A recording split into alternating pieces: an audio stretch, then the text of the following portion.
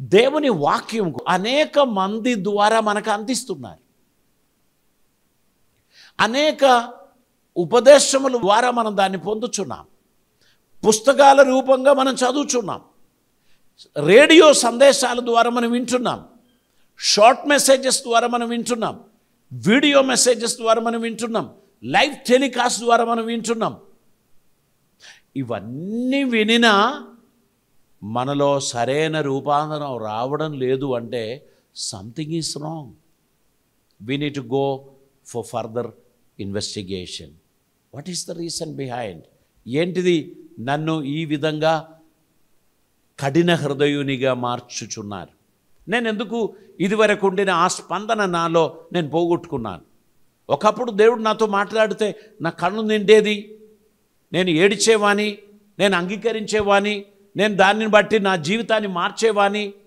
ఇప్పుడు ఎన్ని విన్నా నేను ఆ చామ ఆకు మీద నీళ్లు పోసిన పరిస్థితిలోనే ఉన్నాను. ఐ డోంట్ కేర్, ఏమైనా మాట్లాడుకో, నేను ఇంతే అనేటువంటి ఒక సిచ్యువేషన్లోకి మనం వచ్చామంటే దాని అర్థం మన సెన్సిటివిటీ పోగొట్టుకున్నాం. మనకు సెన్సిటివిటీ ఉండే, అది ఎప్పుడు ఉండేనంటే ఏదైనా ఒక తప్పు చేయబోతే, ఏదైనా ఒక అబద్ధం ఆడబోతే ఈ మనసాక్షి మనల్ని గద్దించేది. యూ కాన్ డూ దాట్, నువ్వు అలా చెప్పడానికి వీల్లేదు, నువ్వు అది చేయడానికి వీల్లేదు, నీవు ఈ విధంగా ఉండకూడదు అని మనల్ని గద్దించేది. కానీ ఇప్పుడు మనసాక్షి గద్దించేది తగ్గిపోయింది. Because we watch every one. మనం అందరినీ చూస్తున్నాం, అందరూ చేస్తున్నారు, అందరూ తింటున్నారు, అందరూ త్రాగుతున్నారు, మరి నేను మాత్రం ఎందుకు అనేటువంటి ఒక స్థితికి మనం కాంప్రమైజ్ అయిపోయాం. మనం సమాజంతో కాంప్రమైజ్ అయ్యాం. అందరూ చేస్తున్నది నేను చేస్తే తప్పేంటి అనేటువంటి ఒక ఆలోచన మనలో రావడం బట్టి మన సెన్సిటివిటీ మందగించిపోయింది. అప్పుడు మనల్ని గద్దించినట్టు ఇప్పుడు మనల్ని గద్దించడం లేదు. గుర్తుపెట్టుకుందాం, ఈ ప్రమాదం నుంచి మనం బయటపడాలి. మనం దేవునితో సమాధానపడాలి. దేవుని సన్నిధిలో మనం సమయం స్పెండ్ చేయాలి. ప్రభువా, నా సెన్సిటివిటీ నాకు తిరిగి దయచేయండి. నువ్వు నన్ను చూస్తే నాకు అర్థం కావాలి. మన పిల్లలు కొందరిని మనం జస్ట్ సైగ చేస్తే వాళ్ళకి అర్థం అవుతుందో, ఆడియన్స్కి అర్థం కాదు. చూచే వాళ్ళకి అర్థం కాదు, కానీ సన్నిహితంగా మనతో మూవ్ అయ్యేవారికి మనం చేసిన సైగ ఏంటో అర్థం అవుతుంది. వారి వెంటనే లేచి వెళ్తూ ఉంటే ఎక్కడికి వెళ్తున్నాడు అని అనుకుంటారు, కానీ వారు ఎగ్జాక్ట్లీ ఆ పని చేసి తిరిగి వస్తారు. కొంతమందికి అది అర్థం కాదు, ఎందుకంటే ఆ వ్యక్తితో వారికి ఇంటిమసీ లేదు. దేవునితో మనకి ఇంటిమసీ పెరిగే కొలది దేవుని సైగలు కూడా మనకు అర్థం అవుతుంది. వాక్యం ద్వారా ఒక్కసారి వినగానే మన రూపాంతరం పొందుతాం, మనం చేంజ్ అవ్వడానికి ప్రయత్నం చేస్తాం. ఇది మనస్సు మందగించింది, చెవులు మందమైంది, హృదయం కూడా గట్టిగా అయింది.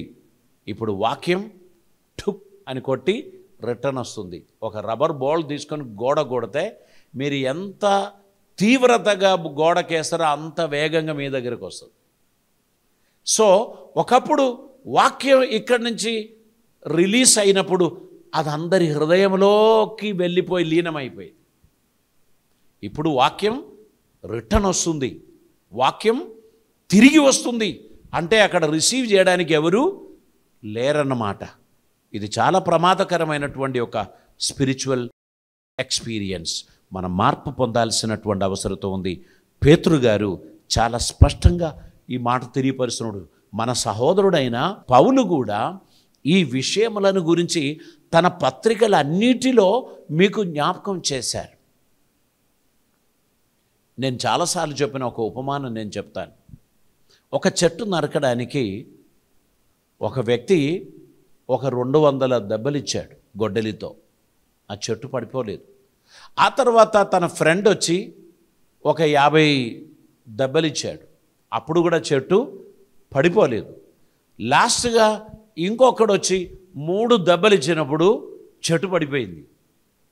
అంటే దాని అర్థం ఆ చివరివాడు నరికినందుకు చెట్టు పడ్డాడని లేదు.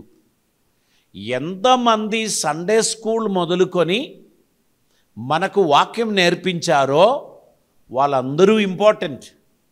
మన జీవితం మారడానికి, మన జీవితం దేవునితో అతికింపబడడానికి మనకు హెచ్చరిక చేసిన వారు, ఉపదేశించిన వారు, ప్రోత్సహించిన వారు అందరూ నరికినారు ఆ చెట్టు. ఇప్పుడు ఆ చెట్టు సరెండర్ అయిందంటే నేలమట్టమైంది. So you are important. మీరెవరికో కొందరికి హెచ్చరిక ఇస్తున్నారు, మీరెవరికో కొందరికి ప్రోత్సాహనం ఇస్తున్నారు, ఎవరినో కొందరిని మీరు బలపరుస్తున్నారు. వారు వెంటనే మీ మాటలు వినాలని లేదు, మీతో తర్కిస్తారు, కొందరు మీతో వాదాలు పెట్టుకుంటారు, మీ వాదాలు కరెక్ట్ కాదు అంటారు. అప్పుడు కూడా నిరాశ చెందకూడదు. వారి మనోనేత్రములు వెలిగింపబడలేదు అని గ్రహించి వారి ఎడల దయ చూపాలి. మళ్ళీ దీర్ఘశాంతముతో మనం వారిని స్పందిస్తూ ఉండాలి. అందుకే 15వ వచనంలో మనం చదివాం, దేవుని దీర్ఘశాంతం మనకు రక్షణార్థమైనటువంటిది అని ఎంచుకోండి అని చెప్తున్నారు. అలాగున మన ప్రియ సహోదరుడైన పౌలు కూడా తనకు అనుగ్రహింపబడిన జ్ఞానం చొప్పున మీకు వ్రాసి ఉన్నాడు. పౌలు గారికి దేవుడు అనుగ్రహించిన ప్రత్యక్షతను పత్రికల లేఖనములుగా మనకు రాసి ఇచ్చారు. మనం వాటిని చదివి మన జీవితాన్ని మార్చినట్లయితే మనం ఖచ్చితంగా ఆశీర్వదింపబడతాం. దేవుని ఉద్దేశం మన జీవితంలో నెరవేరడానికి మన మార్గం తెరిచిన వాళ్ళమవుతాం. ఎన్నిసార్లు తట్టినా తలుపు తీయరు కొందరు, కొంతసేపు కొట్టేసి వెళ్ళిపోతారు. ఒక చిన్న ఎగ్జాంపుల్ చెప్తా. క్రిస్మస్ క్యారల్స్ పాడేవారు వస్తారు మన దగ్గరికి. రాత్రి 2 గంటల తర్వాత వాళ్ళు పాడడానికి వస్తే నేను తలుపు తీయను. ఎందుకంటే అదొక డిస్టర్బెన్స్ అని నేను నమ్ముతాను. నిద్రపోచున్న వారిని డిస్టర్బ్ చేస్తున్నారు.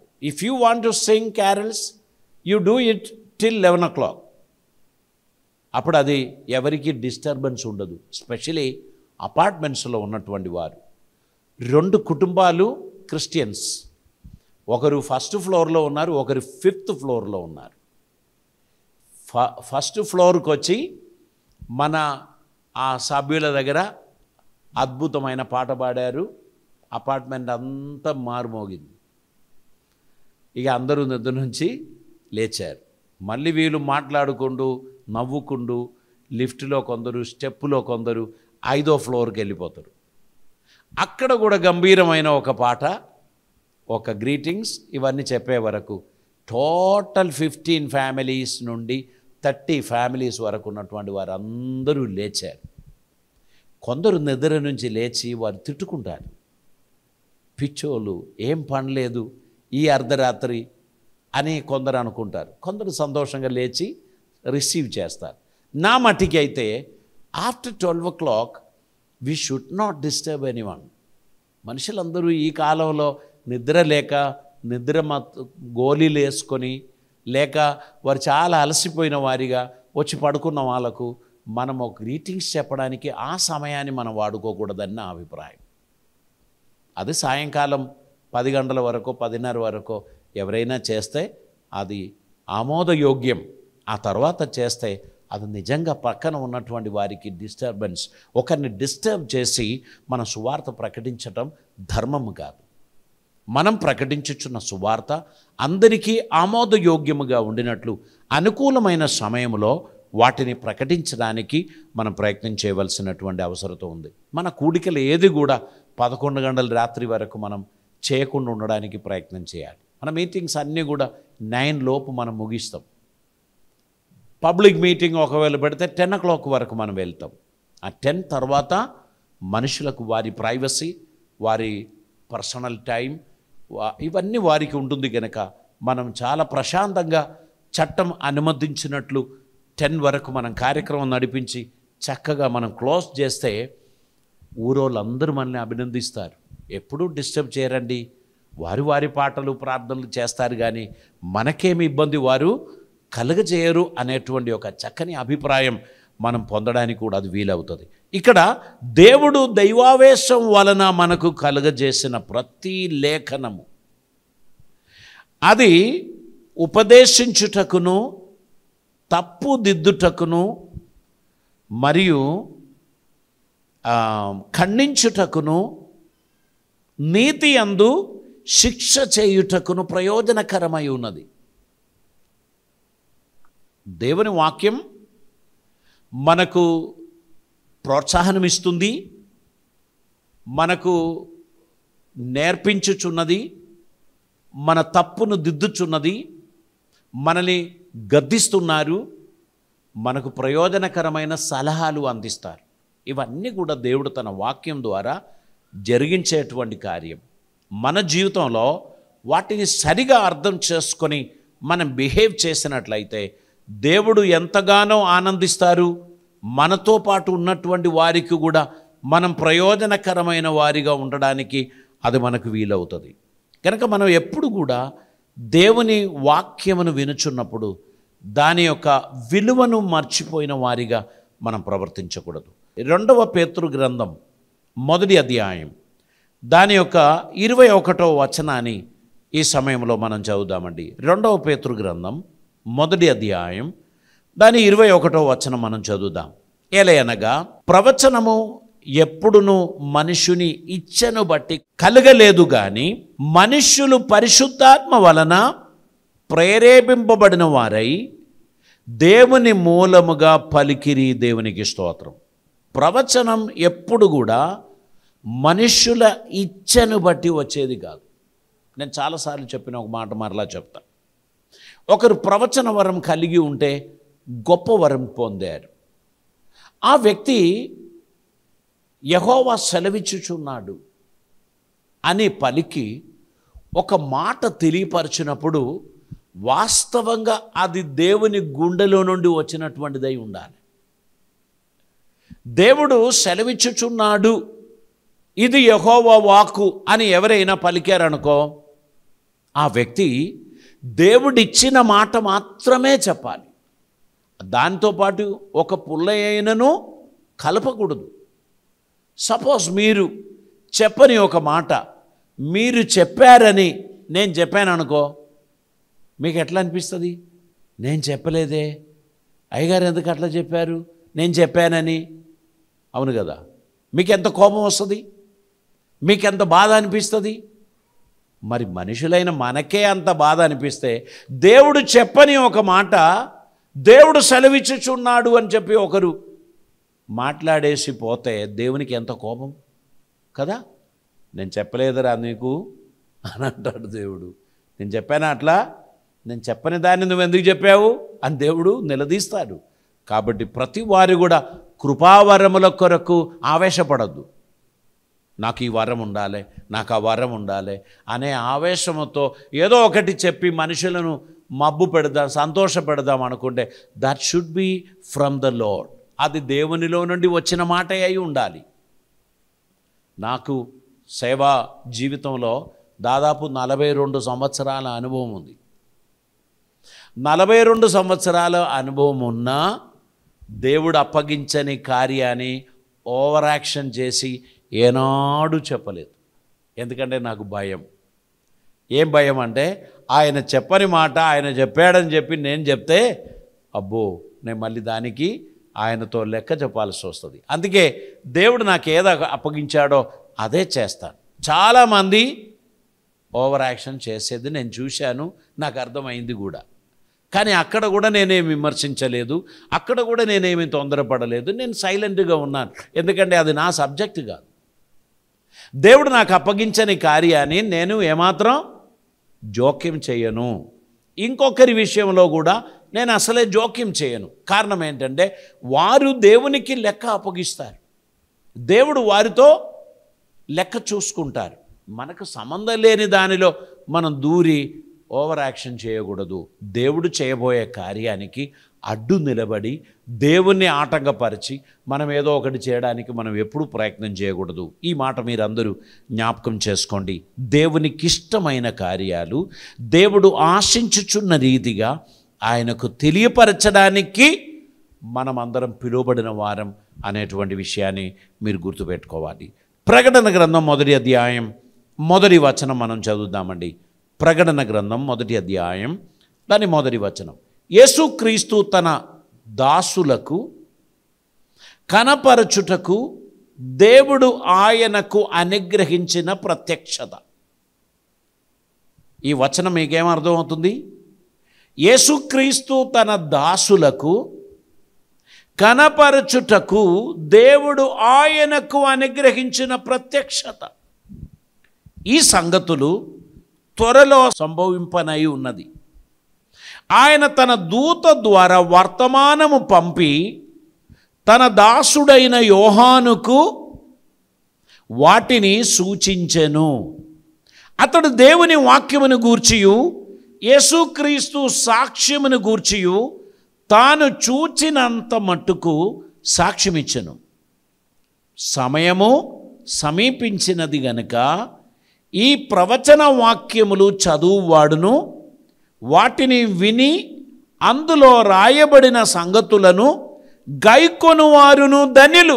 ఇక్కడ యేసుక్రీస్తుని ప్రత్యక్షత తన దూత ద్వారా యోహానుకు అనుగ్రహించాడు.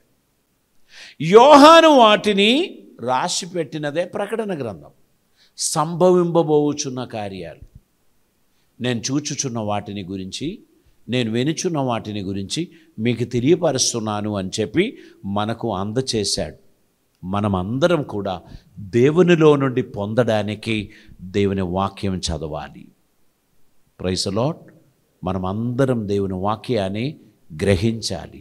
మనం దేవుని వాక్యం ఎన్నిసార్లు చదివితే అంత సమర్పణ మనలోనికి వస్తుంది, అంత అహంభావం మనలోనికి రాదు, అంత తగ్గింపు మనలోనికి వచ్చేస్తుంది.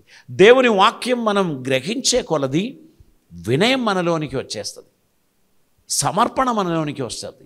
దేవుని వాక్యం గ్రహించే కొలది ఆ వాక్యం మనకు నేర్పించే మర్మములను వినడమును బట్టి మన జీవితం దేవునికి మరి ఎక్కువగా సమర్పించడానికి అది వీలవుతుంది. అహంభావం కంప్లీట్గా తొలగిపోతుంది, మస్టు కరిగిపోతుంది. ఏ కీడు మనలో నిలవదు. ఆ ఆకులో పడ్డ నీళ్ళలాగా అవి జారిపోతూ ఉంటుంది. దేవుని వాక్యం మనలో పదిలపరచబడడానికి మనం అందరం ప్రయత్నం చేయవలసినటువంటి అవసరత ఉంది. ఇంకా మనకు అందరికీ సుపరిచితమైన మరొక వచనం కూడా మనం చదువుదాం. ప్రకటన గ్రంథం 14వ అధ్యాయం 13వ వచనం. పరలోకం నుంచి చెప్పిన ఒక స్వరం నేను వింటిని అని అంటున్నారు. అదేంటిది ఆ స్వరం? అంతటా ఇప్పటి నుండి ప్రభువునందు మృతి నొందు మృతులు ధన్యులని రాయుమని పరలోకము నుండి ఒక స్వరం చెప్పగా వింటిని. నిజమే, వారు తమ ప్రయాసములు మాని విశ్రాంతి పొందుదురు, వారి క్రియలు వారి వెంట పోవునని ఆత్మ చెప్పుచున్నాడు. దేవునికి స్తోత్రం. మన మాటలు మన వెంట పోవునని కాదు, మన తలంపులు మన వెంట పోవునని కాదు, మన క్రియలు మన వెంట పోవును. ఈ భూమి మీద ఆవేశం అనేక రకాలుగా వస్తాయి. ఒకటి మనుషుల వలన మనకు వస్తుంది, శరీర సంబంధమై మనకు వస్తుంది, ఇమోషనలీ మనకు వస్తుంది, సైతాను నుండి మనకు వస్తుంది, దేవుని నుండి మనకు వస్తుంది, ఆత్మీయుల దగ్గర నుంచి మనకు వస్తుంది. అందుకే తిమోతి పత్రికలో చెబుతున్న దైవావేశం వలన కలుగు ప్రతిలేఖనములు. మన ఫ్రెండ్స్ మనకు సలహాలు ఇచ్చేది కూడా మనలో ఆవేశాన్ని కలుగజేస్తుంది. మన పేరెంట్స్ మనకు చెప్పిన హెచ్చరికలు మనని క్రమ పద్ధతిలో నడిపించడానికి సహాయపడుతుంది. ఉపాధ్యాయుడు మనకిచ్చేటువంటి హెచ్చరికలు మన విజయం సాధించడానికి మనకు సహాయపడుతుంది. అపవాది ఇచ్చినటువంటి ప్రోత్సాహనకరమైన మాటలు తప్పు చేయడానికి మనల్ని ప్రేరేపిస్తుంది. నో ప్రాబ్లం, అందరూ చేస్తున్నారు, యూ కెన్ ఆల్సో ట్రై అని చెప్పి సాతానుగాడు ఏం చేస్తాడు? మనల్ని ప్రేరేపిస్తాడు. ఆ ప్రేరేపణను బట్టి ఏం జరుగుతుంది? దేవునికి మనం దూరం అయిపోతాం, దైవ చిత్తానికి మనం దూరం అయిపోతాం. దేవుని సంకల్పములు మన జీవితంలో నెరవేరకుండా ఉండడానికి అది కారణమవుతుంది. కనుక ఈ దినముల్లో ఏ ప్రత్యక్షతకు మనం లోనై ఉన్నాం, ఏ సలహాలకు మనం ఇంపార్టెన్స్ ఇస్తున్నాం, ఏ మాటలను మనం పట్టించుకుంటున్నాం, చక్కగా నడవడానికి తగినట్లు మనల్ని గద్దించి సరిచేసే వారి మాటలు వింటున్నామా? పెద్దలకు లోబడకుండా తిరుగుబడే వారిగా మనల్ని తయారు చేసే వారి మాటలు మనం వింటున్నామా? ఏ మాటకు మనం లోబడుచున్నామో ఆ ఫలితమే మనం ఇవ్వగలం. రొట్టె ఎన్ని రావాలి అని అనుకుంటే ఆ రొట్టెకి సరిపోయిన పిండి తీసుకోవాలి. పిండి కొలదే రొట్టె వస్తుంది. పిండి లేదు రొట్టె రావాలి అంటే రొట్టె సైజు చాలా చిన్నగా ఉండాలి కదా, దాన్ని రొట్టె అని పిలవడానికి ఉండదు. సరేనా మీడియం సైజ్ రొట్టె కావాలంటే దానికి సరిపోయినంత పిండి ఖచ్చితంగా తీసుకోవాలి. విధేయత ఎంత స్ట్రిక్ట్గా ఉందో రిజల్ట్ అంత అద్భుతంగా ఉంటాయి. మీరు మీ కమిట్మెంట్ ఎంత స్ట్రాంగ్గా ఉందో దేవుని ఆశీర్వాదాలు అంత అద్భుతంగా ఉంటాయి. సో ఇది చాలు అని మీరు అనుకుంటే మీరు నిర్లక్ష్యంగా పనులు చేస్తారు. No no no no, it should be very clean and neat, it should be very perfect అని మీరు అనుకున్నట్లయితే మీ పట్టుదల, మీ మంచి మనస్సు మీరు అందులో చూపిస్తారు. సరిపోతాయి అని అనుకొని మనం కొన్నిసార్లు కొన్ని చేస్తాం. అక్కడ మనకు సిన్సియారిటీ ఉండదు. అక్కడ మనం మనుషుల సేవలో ఉన్నాం. ఎప్పుడైతే మనం దేవుని సేవలోకి ఎంటర్ అవుతామో దేవుడు సంతోషించాలి, దేవునికి ఇష్టం ఉండాలి. ఆయన పరిశుద్ధుడు గనుక నేను కూడా పరిశుద్ధుడనే ఉండాలి. నేను చేయించున్న కార్యాలన్నీ మనుషులను సంతోషపెట్టడానికి కాదు, దేవుణ్ణి సంతోషపెట్టడానికి నేను చేస్తున్నాను అనేటువంటి ఒక నిర్ణయం మనం తీసుకోవాలి. ఈరోజు మనం 15వ వచనంలో మాత్రం నిలిచి ఉండి మనము మాట ముగిస్తున్నాం. ప్రియులరా, ఒక మంచి నిర్ణయం తీసుకుందామా? దేవుని సంతోషపెట్టడానికి ఎంత త్యాగమైనా నేను చేయాలని నిర్ణయించుకుంటున్నాను. దేవునికి మహిమార్థంగా ఉండడానికి నేను నన్ను సంపూర్తిగా సమర్పిస్తున్నాను. దేవుడు సంతోషించాలి, అదే నా ఉద్దేశం. దేవుడు ఆనందించాలి, దానికోసమే నా ప్రయత్నం.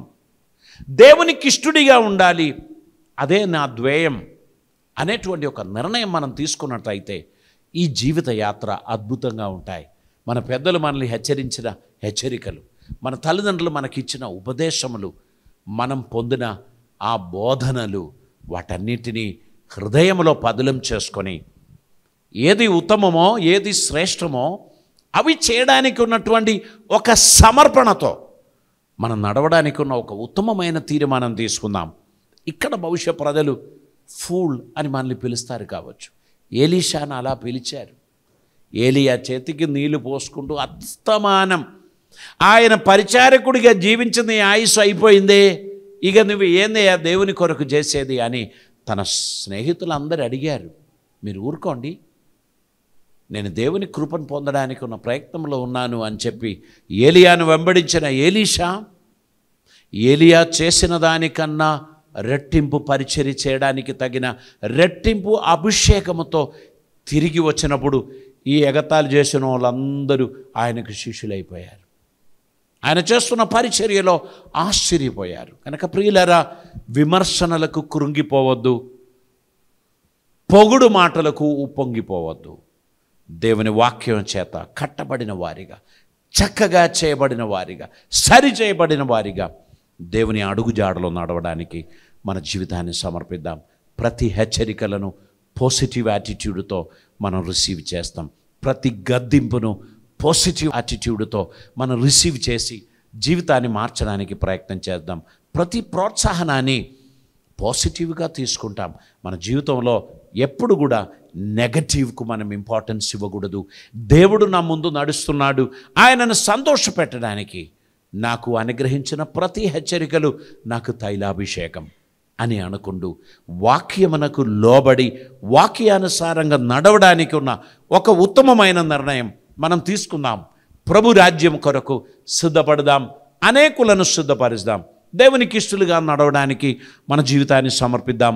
తల్లు వంచుదాం, ప్రార్థన చేద్దాం. పరిశుద్ధుడైన తండ్రి, కృపామయుడైన దేవా, నీకు వందనాలు. ఇదో నీ వాక్యం మాకు హెచ్చరికలు ఇచ్చుచున్నది. నీ వాక్యం మాకు బోధన చేస్తున్నది. నీ వాక్యం మా తప్పును దిద్దుచున్నది, మా మస్టు కరుగుతీస్తుంది. ప్రభువా, మేమందరం నీ సన్నిధిలో యథార్థత కలిగిన మనస్సుతో మీ చిత్తం నెరవేర్చే విషయంలో ఆసక్తి కలిగిన వారిగా ఉండాలని మీరు కోరినట్లు మేము తయారవడానికి సహాయం చేయమని ప్రార్థిస్తున్నాం. మీ ఆదరణ, మీ దీవెన, మీ ఆశీర్వాదములు మాలో అనుగ్రహించి మమ్మల్ని నడిపించుమని, నీ కృప ద్వారా మమ్మల్ని వర్ధిల్ల చేయమని, నీకు ప్రీతికరమైన బిడ్డలుగా మేము నడవడానికి తగిన కృప మాకు అనుగ్రహించమని, నీ వాక్యపు వెలుగులో మమ్మల్ని నడిపించమని, త్రొట్టిల్లకుండా మమ్మల్ని నిలబెట్టుమని, జీవితంలో గమ్యం చేరడానికి మాకు కృప దయచేయమని, దూర ప్రాంతంలో ఉండి లైవ్గా ఈ సందేశాన్ని వీక్షించిన ప్రతి ఒక్కరిని ఆశీర్వదించమని ప్రార్థిస్తున్నాం. కృపలతో నింపమని, అద్భుతములు జరిగించమని, నువ్వు మహిమ పొందుమని యేసునామమున అడుగుచున్నాం పరమ తండ్రి, ఆమేన్. పరమ తండ్రి అయిన దేవుని ప్రేమయు, ప్రియకుమారుడైన యేసుక్రీస్తు వారి కృపయు, పరిశుద్ధాత్మ దేవుని అన్యోన్య సహవాసము, సమాధానము మనతోనూ ప్రార్థించిన ప్రతి అంశములతో ఇప్పుడు ఎల్లప్పుడూ ప్రభువు పర్యంతం సదాకాలము తోడై ఉండును గాక. ఆమేన్.